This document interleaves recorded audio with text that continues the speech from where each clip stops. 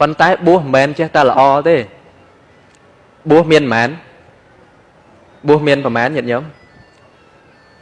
បើកិច្ចនៃការបួសវាមាន3មាន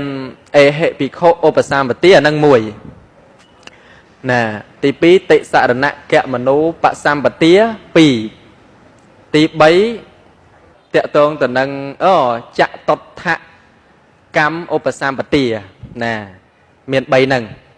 អញ្ចឹងបួសបើនិយាយដល់កិច្ចគឺមាន3ប៉ុន្តែបើលក្ខណៈនៃការបួសមាន6យ៉ាងទី1ឧបកិលកាបួសលេងពេញចិត្តក្នុងការលេងណាដូចថ្ងៃមុនអាត្មាចេះតែនឹកឃើញ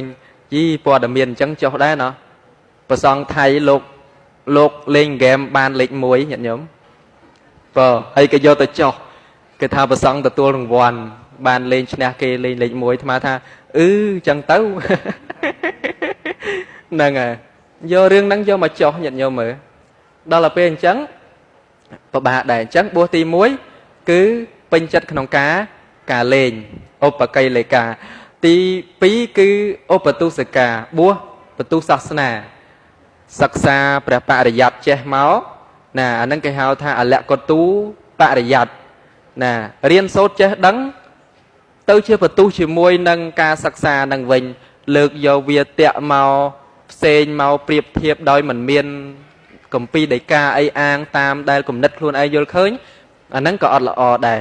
ហើយទី3គឺឧបមយហិកាបួសខ្ជិល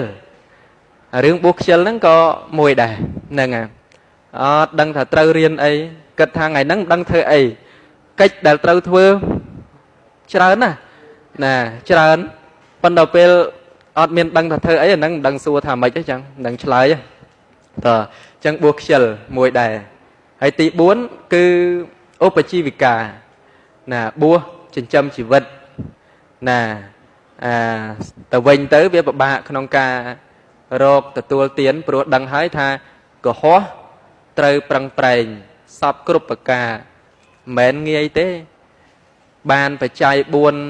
$5 $10មកប្រកេនលោកម្ចាស់គ្រប់ព្រះអង្គនេះប្រហែលជាបែកញើសឆ្អឹងខ្នងណាចឹងមែនទេញោមបើស្រួលកូនឲ្យមកមិនហ៊ានចាយខ្លួនឯងនឹកដល់ប្រសង់ណានឹកឃើញថាអូទិញផ្លែឈើមកឆ្ងាញ់របស់ល្អឈៀរីឈៀរីហ្នឹងហើយនឹកឃើញអូបើប្រសង់បានឆាន់ល្អអញ្ចឹងទៅយកមកប្រគេនអត់បានឆាន់ខ្លួនឯងទៀតអញ្ចឹងទៅកុំខ្ជិលគឺជាទុកណាហើយដែលបារាសូត្ររាល់ថ្ងៃហ្នឹងដេកច្រើននិយាយច្រើនមិនគិតខ្នះខ្នែង